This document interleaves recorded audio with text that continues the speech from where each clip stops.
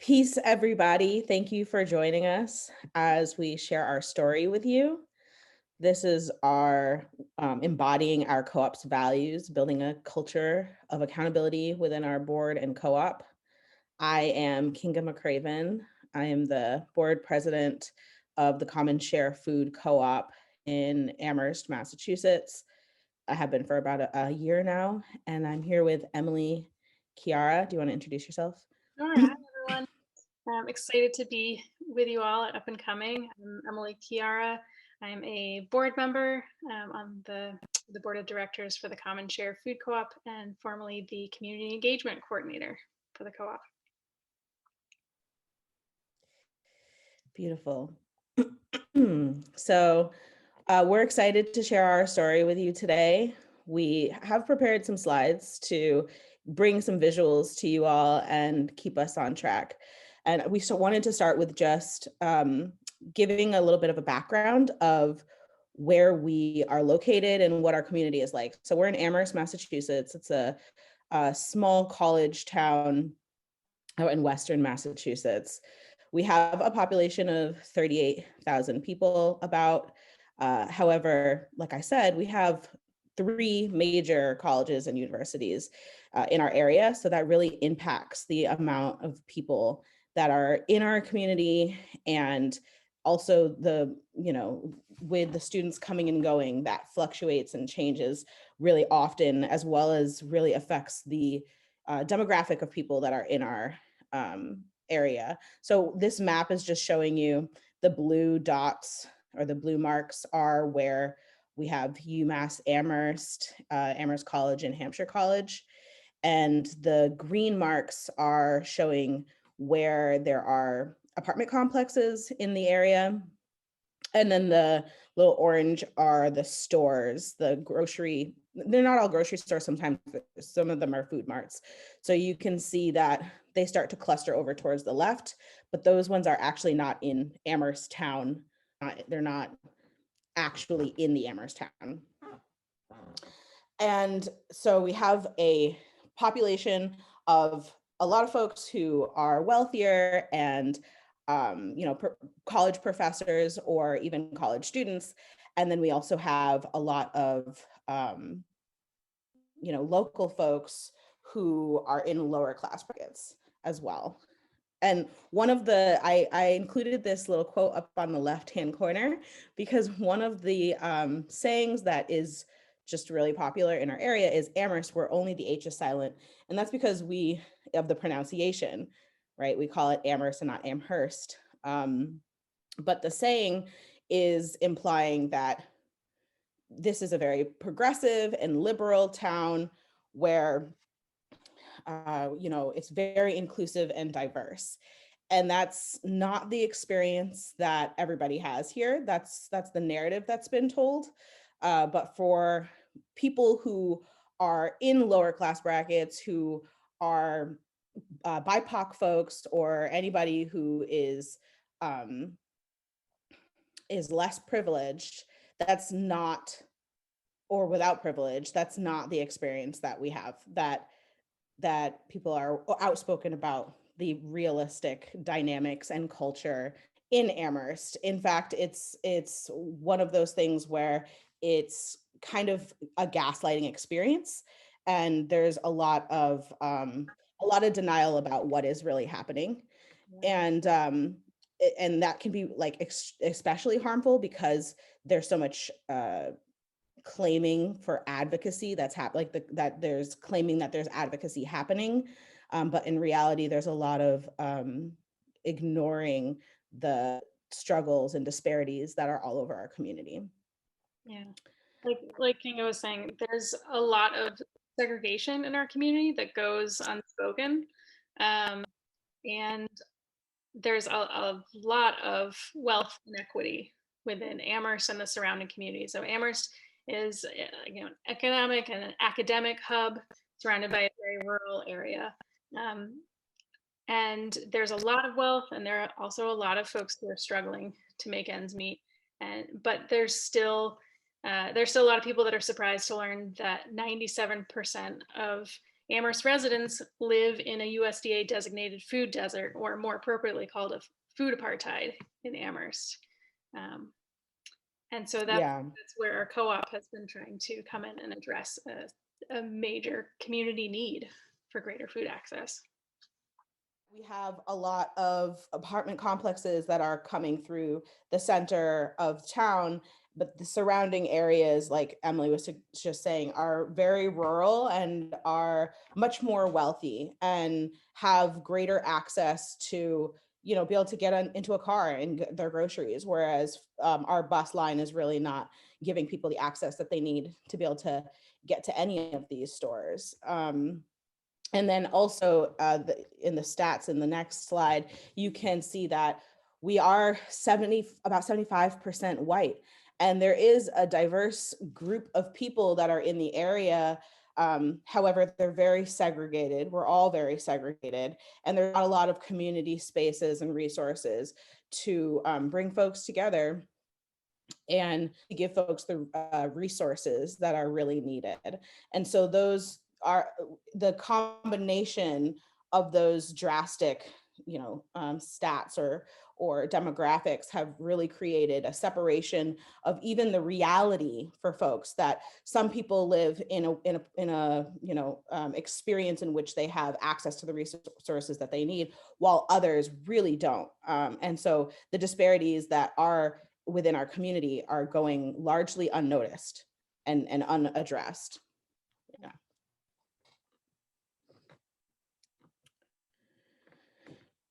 So our co-op's beginning is actually a very, it's a very typical story, I think, for Amherst, because it started with students, and the students are such a big impact in our community because there's so many of them.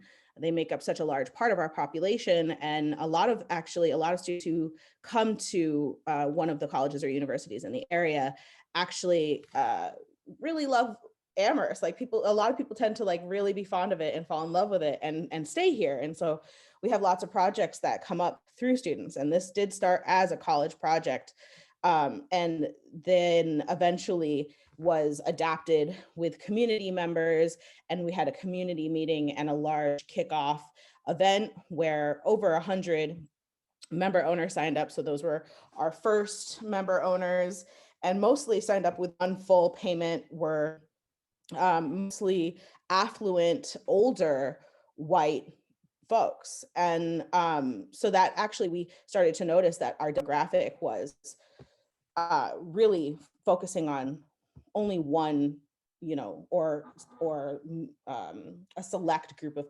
people, I should say, within our community.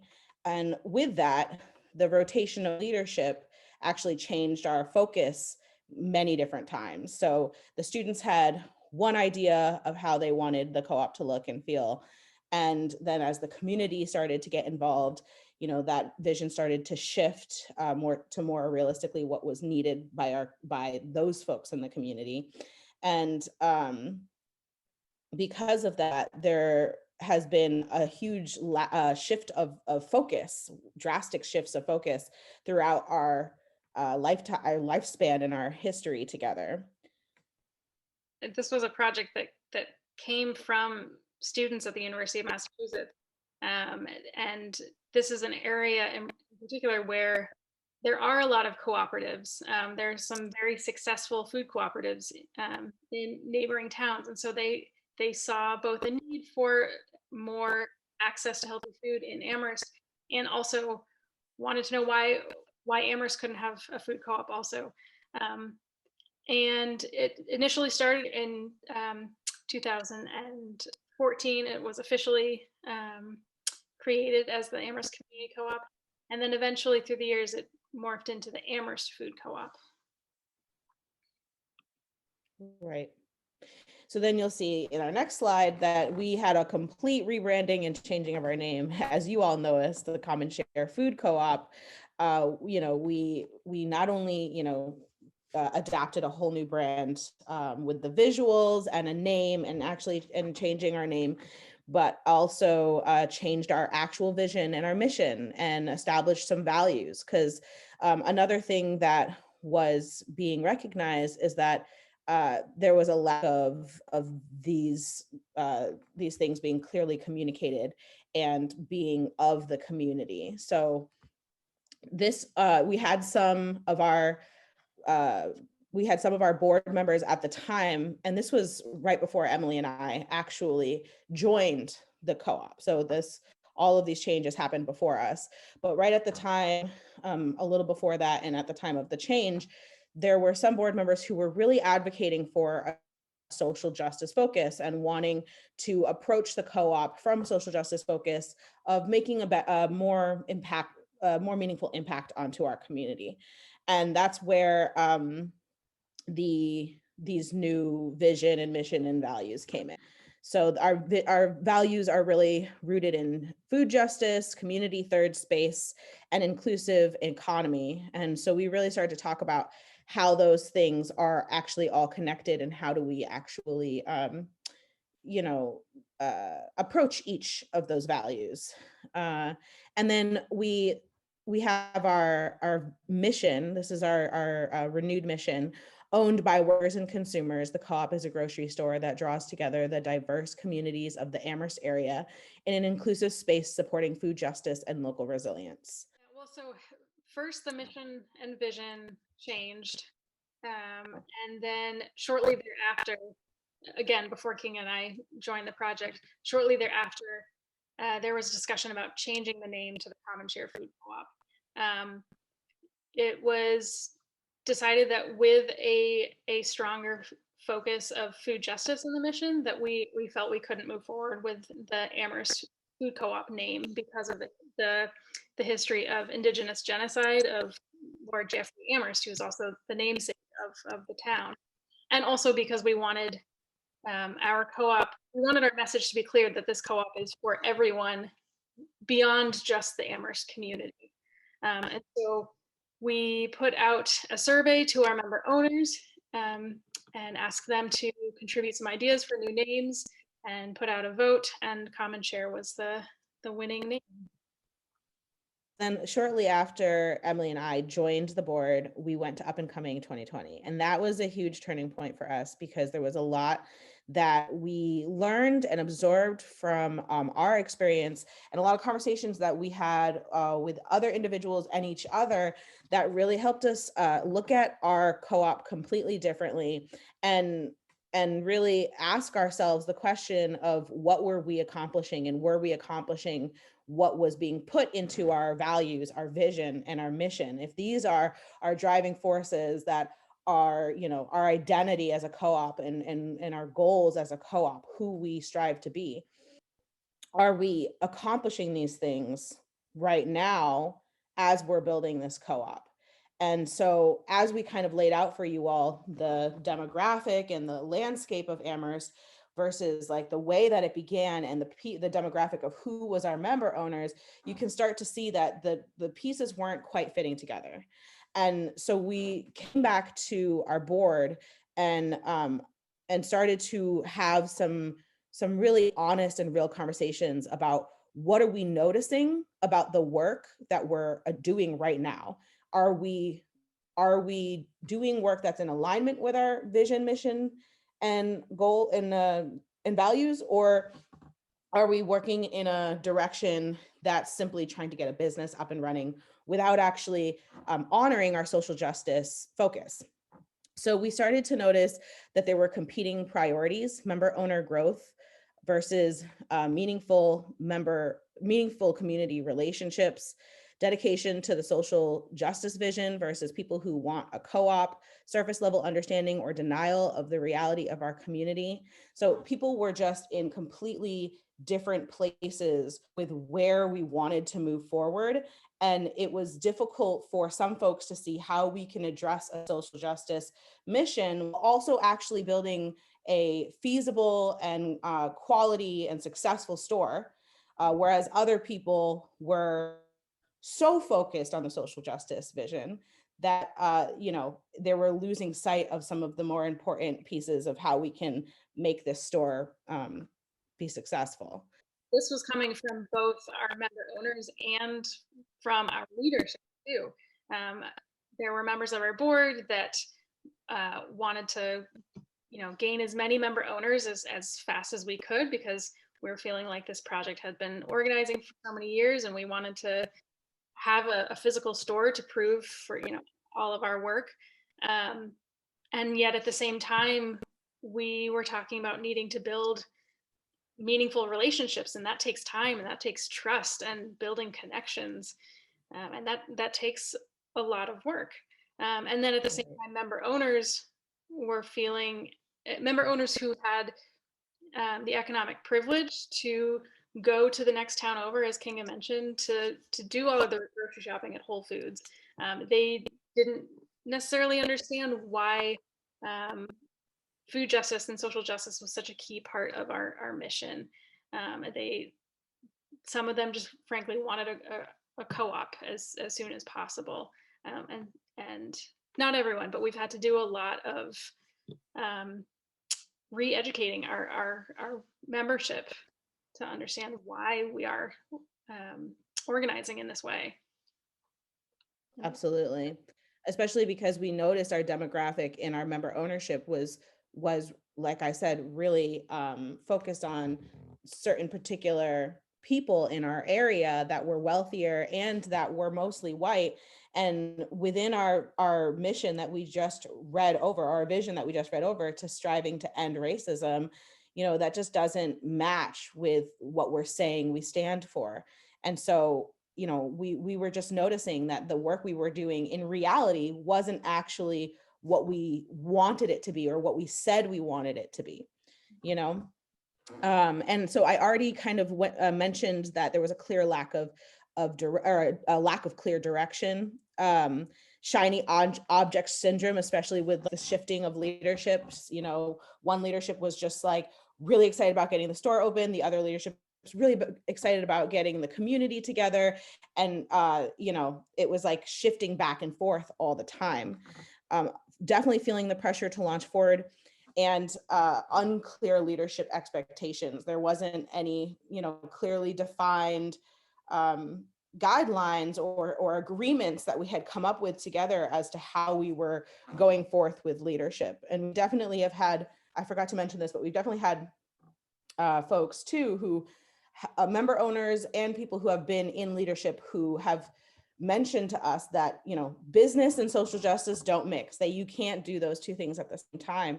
And so it's really about, for us, we realized that was causing a lot of friction within our ability to move forward, because there was a lack of understanding of where our direction was going and where our priorities were as well.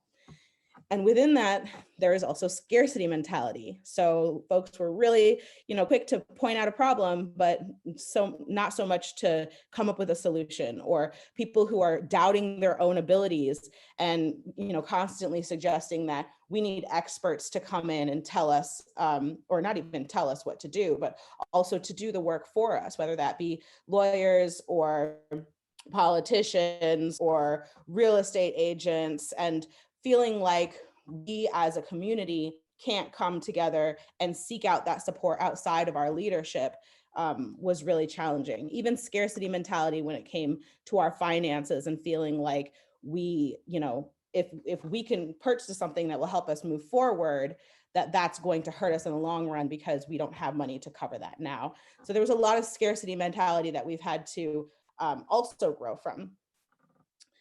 And then one of the biggest parts was that there was a unhealthy board culture.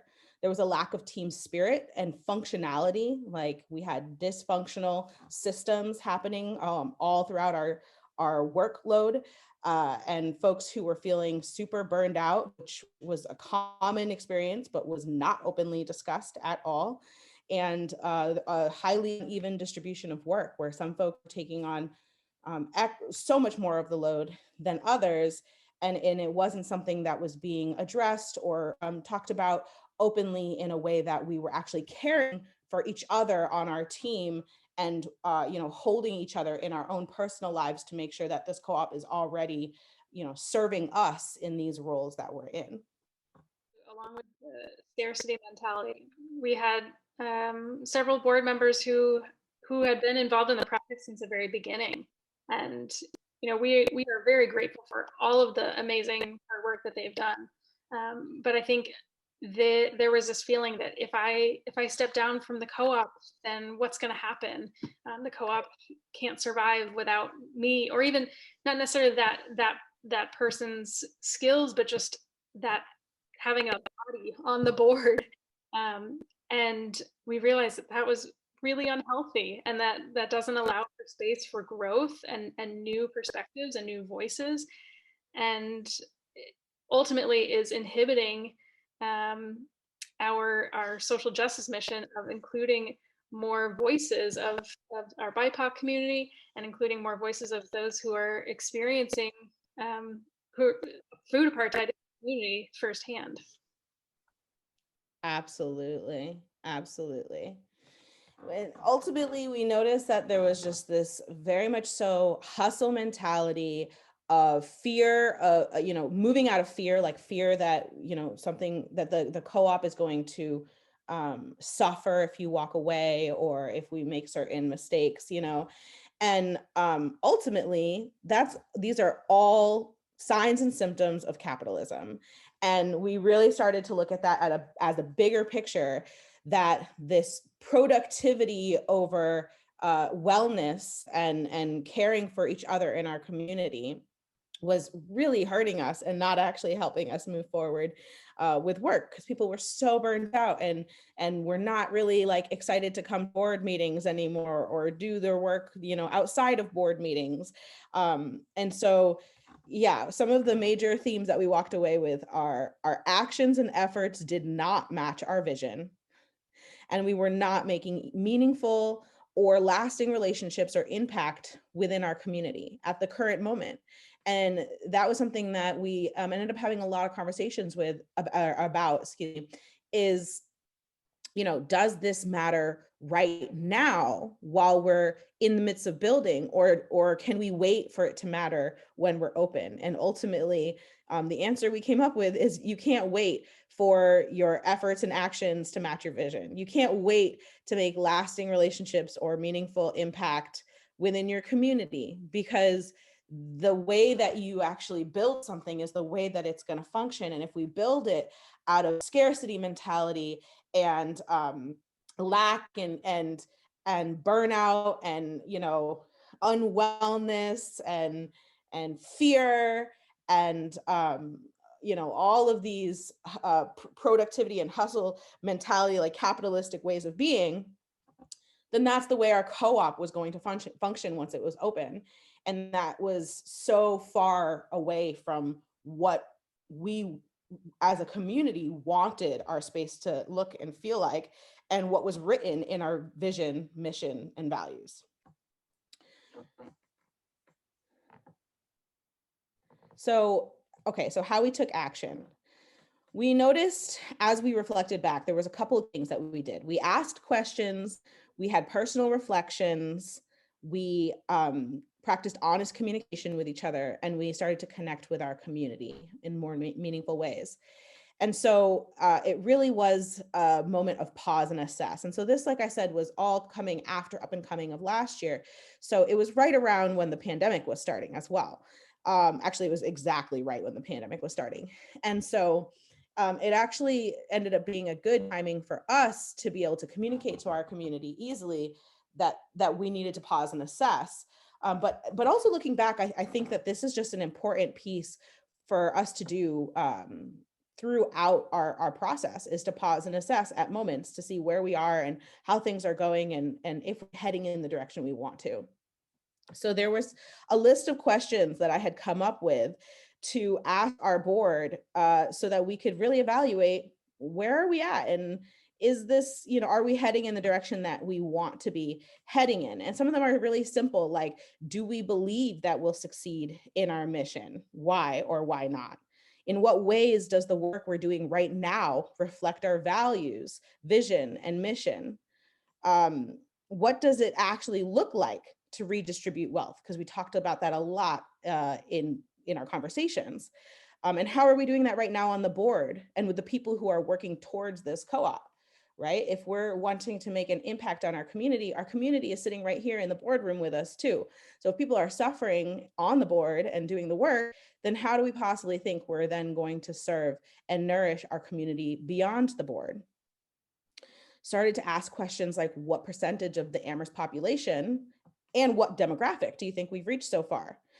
Because I also noticed, and I grew up in Amherst. I went through all the schooling in Amherst and have lived here in my adult life as well, on and off. And so this is my hometown. I'm very familiar with this area, and that wasn't the case for, I think, anybody else on the board at the time either. And so it really stood out to me that I was like looking through our member owner list when I first came on the board, and I was like, I don't really know any of these names or a lot of these names at all. And I think that the question I was really wanting to get to is like, how much of our Amherst population do you think we've even gotten to?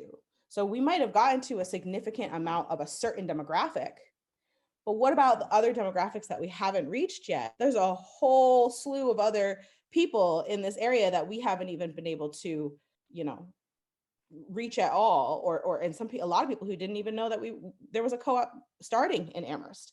And like I said, there's a good number of people in this area because of the colleges, but when it comes down to the locals, I mean, most people know each other around here. It's a small area. So that became really apparent to me that maybe we weren't reaching as many people in Amherst that we thought we were, and why not, and why do you think that there are certain communities missing from our audience and we haven't been able to reach those populations? And then I also wanted to ask, like, what are the hard facts, not assumptions, that we know about what the Amherst community is currently needs help improving? Because there's a lot of assumptions and ideas that people have based off of their own personal experience, privileges, or ways that they've been targeted. Everyone has their own experience and their own perspective. So without us making assumptions based off of those experiences, what is the hard facts?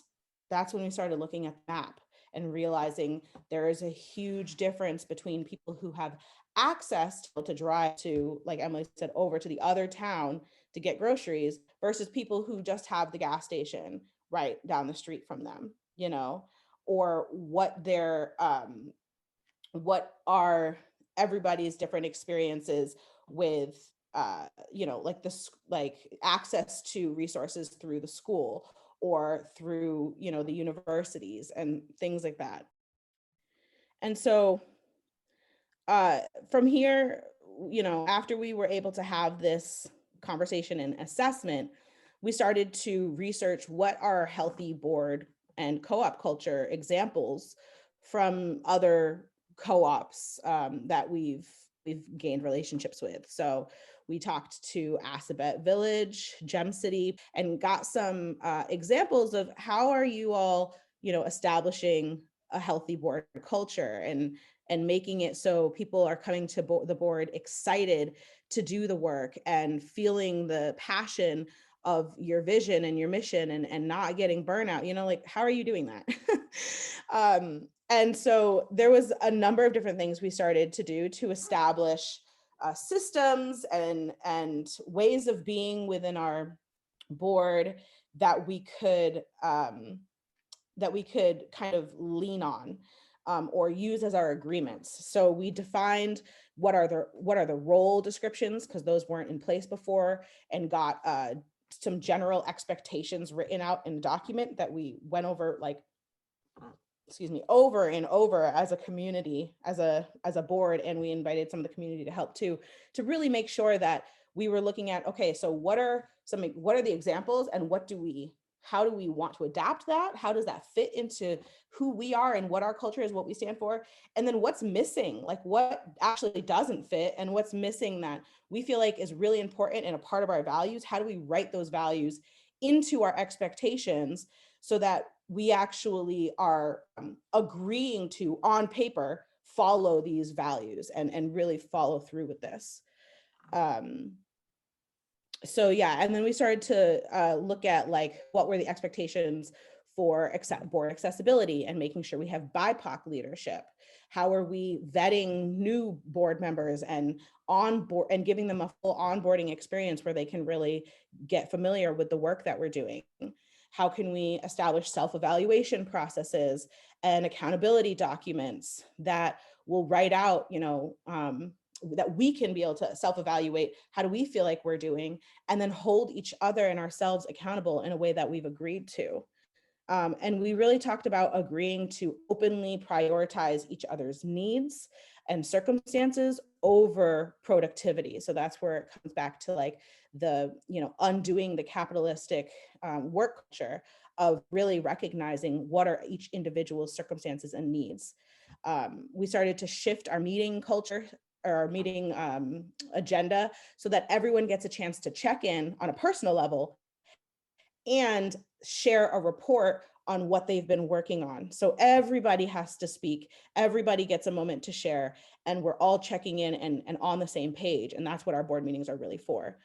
And we also made sure that we were opening up opportunities, clear opportunities for people to volunteer in whatever role fit them best. So whatever their natural gifts and talents were, how can we utilize that in the co-op rather than asking people to fit into roles that, maybe they could do, but it doesn't spark, the passion in them. Creating this board expectations document and our self-evaluation process took several months. It took the better half of 2020. And, shout out to all of the other food co-ops that supported us and sharing resources. Really grateful to everyone that helped us through all of this.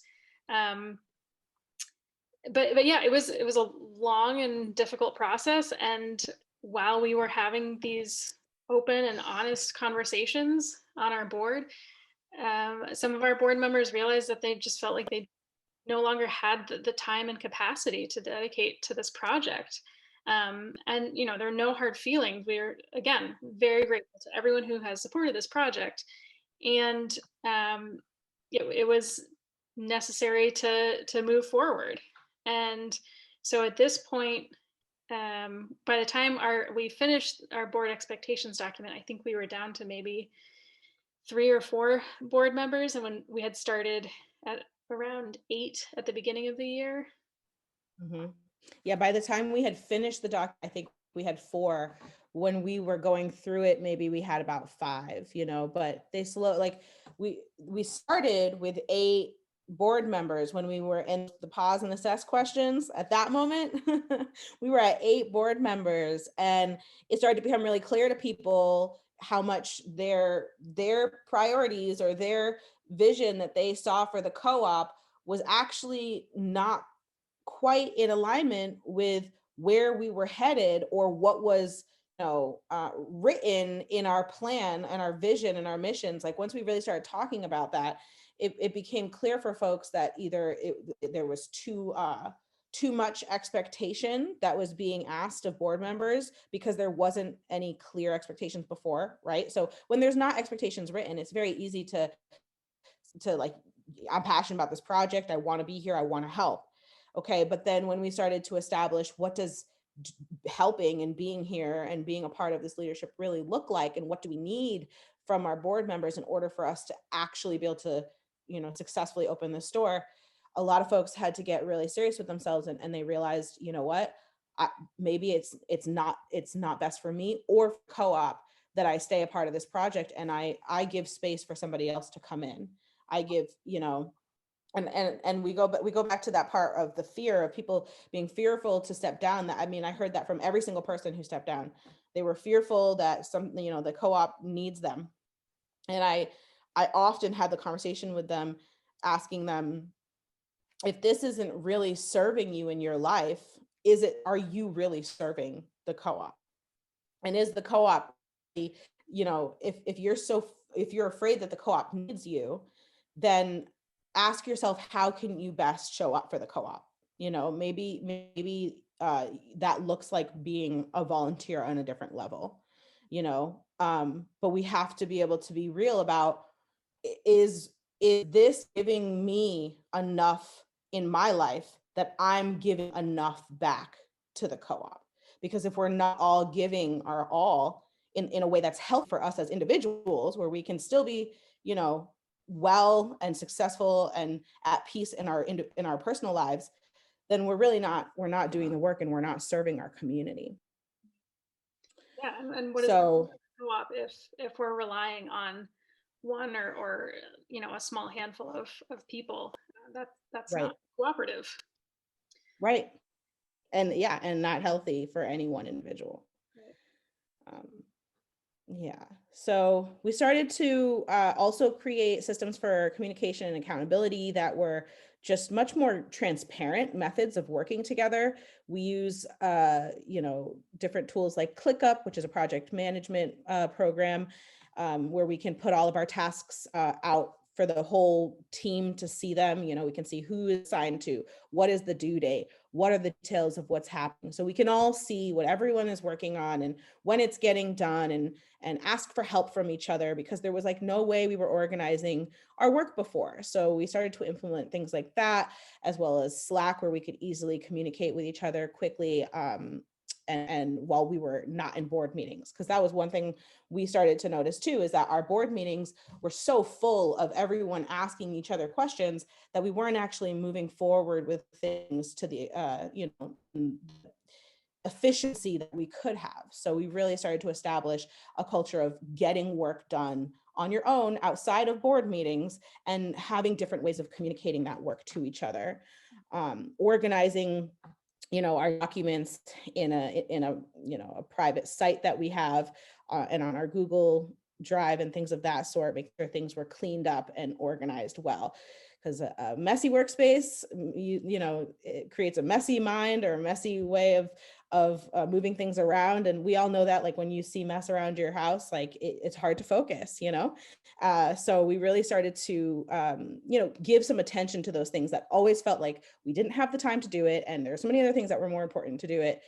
But, you know, one of the I always would remind the board of is that if we're ready to grow and get big and open up a whole store, we have to have organization, seeing out the workload some more, looking at what everyone has going on in general, and finding a way to discuss like what is equitable and what is needed, and seeing where we can delegate and seeing where we can, you know, pass things off to volunteers. And this again brought up feelings of guilt and obligation, of people feeling like, oh, well, I really need to get this thing done. And so they would say might get it done, but then they don't actually have the capacity to do it. And maybe it like we're asking too much of each person. So we started to actually look at, all right, how many hours of work are we asking of each person each week, so we aren't missing deadlines and goals because we're being so ambitious about getting things done, but not giving us enough grace to, you know, have uh, you know, a balanced life outside of the work that we're doing. Yeah. We also made a point to celebrate things together, even little things like celebrating when a new member owner came in, or celebrating when we updated or we finished a project that would be really helpful for our internal systems, and just to build a culture of celebration and joy, so that we could have little milestones for ourselves to be proud of, and not feel like this, seeing this like daunting you know, future to-do list of all the things that have to happen before the store comes. Absolutely. And we also made it a habit, and actually an expectation, that we're not required to apologize when, you know, we have made a mistake or, you know, something hasn't been able to get done. We make it a habit to acknowledge to each other, okay, I recognize I was supposed to get this done at this time and I wasn't able to do that. And it's not about making excuses, but it's also not about profusely apologizing for taking care of yourself if something came up in your own life, or if you were unable to do something. Because we all are coming from a place of, uh, you know, trusting that everybody is doing the absolute best that they can. And when you're not able to do something, it's because you weren't able to do it. And so we kind of wrote down all of these different, agreements into a number of different documents. We have the expectations document that has our roles and expectations, the accountability document that outlines, how we're staying accountable to each other. We have like a commitment form. We have the self-evaluations. We have, and then we have, with the onboarding, we have more documents that kind of lay out our different ways of being together and things of that sort, so that as we have new board members come on, they're already in this understanding, in this mindset of, this is how we hold each other accountable, this is how we communicate with each other, and this is how we expect to be with each other. And those documents are ever changing. We have it also written into our system to come back to them on a regular basis and reevaluate them. And every time we have a new board member come in, they have the opportunity to share with us if they have, something that doesn't sit right with them with the expectations, or something they need to add into it. And so the next thing that we really focused on was finding ways to engage with our community in practicing the core values of our co-op. So we started doing monthly community check-ins, which was just a really light way to invite the community online with us and see how people are doing, honestly, and give them a little bit of a report of what we've got going on and what's coming next, so that they're in touch with how we're doing on the co-op level.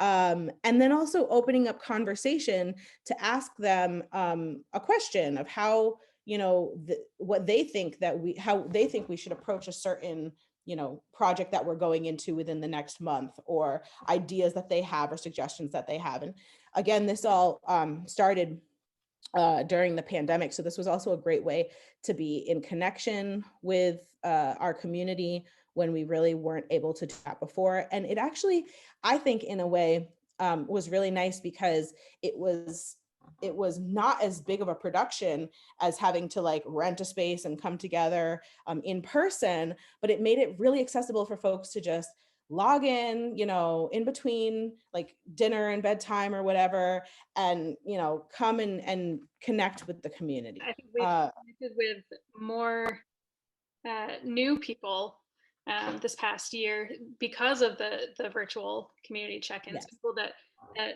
maybe had heard of us but weren't quite sure what we were all about. It felt easier to just hop on the computer, hop on Zoom, and learn about us and get involved. And it created a lot of transparency too, right? It created a lot of transparency where we were able to celebrate small wins. It was like, what did we do this last month? And we were able to look back and be like, wow, look at all the stuff we did, and also share that with the community, so that folks who are really curious and engaged could see what are all the little things we worked on this month that are taking up our time and energy, that are working towards our store opening. We also did different events. You can see on the right-hand side, we did one with Amaha Selassie from Gem City, and really was asking Amaha, about his philosophies on collective hope, and also on how Gem City created a case for racism being a public health crisis within their community, and how they used that case to really drive funds and attention and support towards building of their co-op. That's something that really interested us, and we feel like is really relevant to our own community. So we had different events like that. Another one with our local Defund 413. It's a local social justice group who's working to defund the police, and other political leaders such as that in our community, to talk about how these different topics are working together and actually support us in our case of building a co-op. And so this really helped us fuse together how the social justice vision and mission and focus is actually helping us work towards the business, and they go hand in hand. They're not two separate things like they felt like before. So we started to do some events like that to start conversations, and also get people more familiar, educate folks a bit about these ideas, and then actually invite them to engage and volunteer in different ways.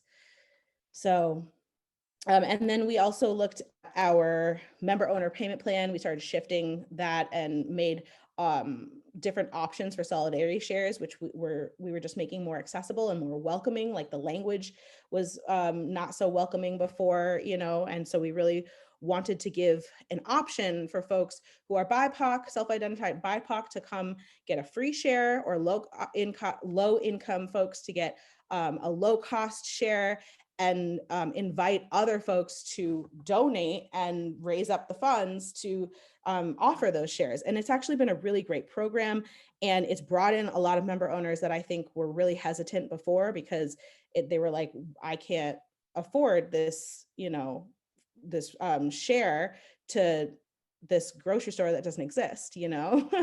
and we knew that, like, those are some of the folks that we needed their voices in our community, and we needed their you know, their excitement, and in order for them to feel welcomed, we had to find a way to open up our doors.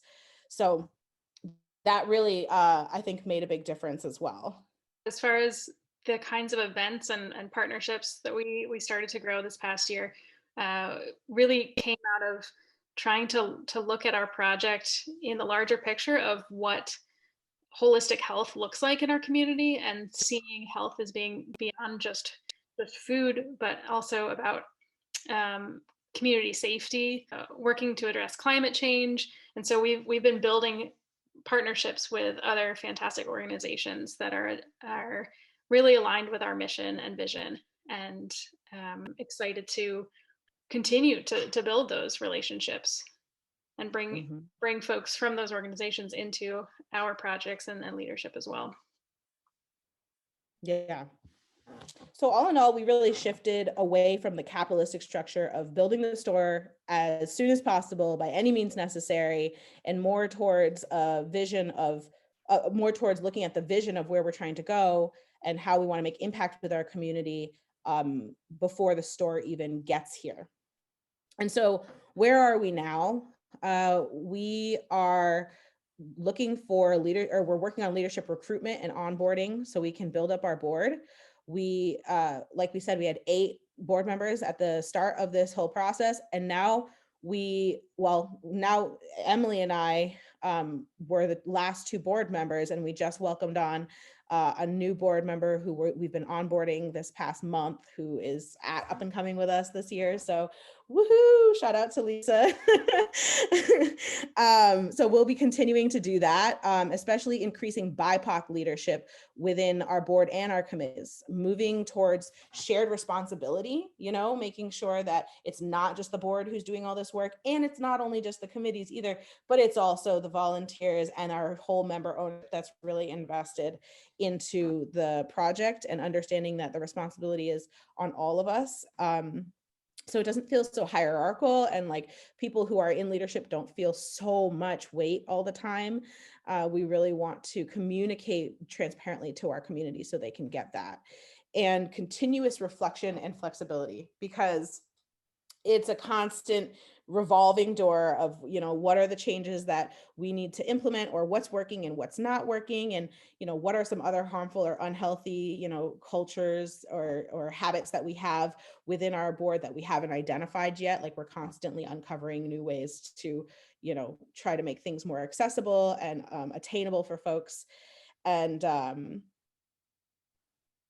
yeah, and really reminding ourselves that this is not it's like the saying, this is a marathon and not a sprint. There's always so much work to do, and we need to have patience with ourselves within the process, and have empathy for ourselves and grace that, you know, we will make mistakes. We will always be making mistakes, and it's always about I love the pause and assess, reevaluate, ask yourself questions, be self-reflective, have open communication within your board, and really interrogate or explore within yourself and within your board.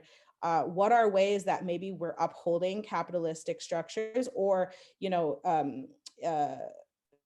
structurally racist systems that we don't even realize that we're doing? Where is our implicit bias actually playing a role in holding us back from actually embodying the vision and the values that we put out there?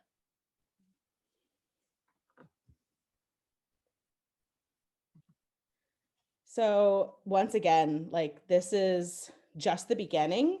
We are just getting started. There's so much more work to do for us, and I'm sure that each of you have a lot of work that you're thinking of as well. And we just want to kind of reiterate that these are the steps that we took, and will continue to take, and we're just at the beginning. Like, we've just hit the very tip of the iceberg, and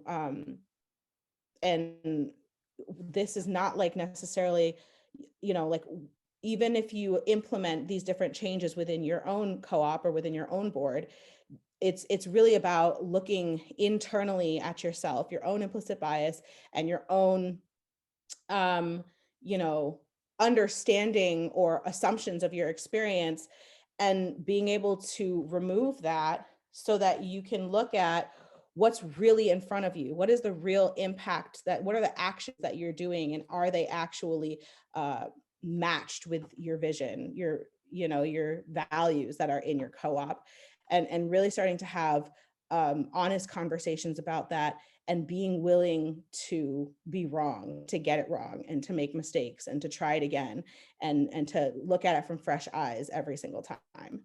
This past year, we've put in so much work to build up stronger systems and build up a stronger foundation for our governance, and ultimately our engagement and our business.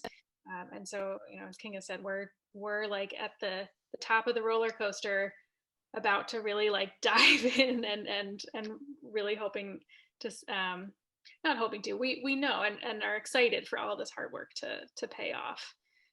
And we look forward to connecting with more food co-ops from around the country to hear what y'all have done, and just continuing to support each other. Absolutely. Yeah.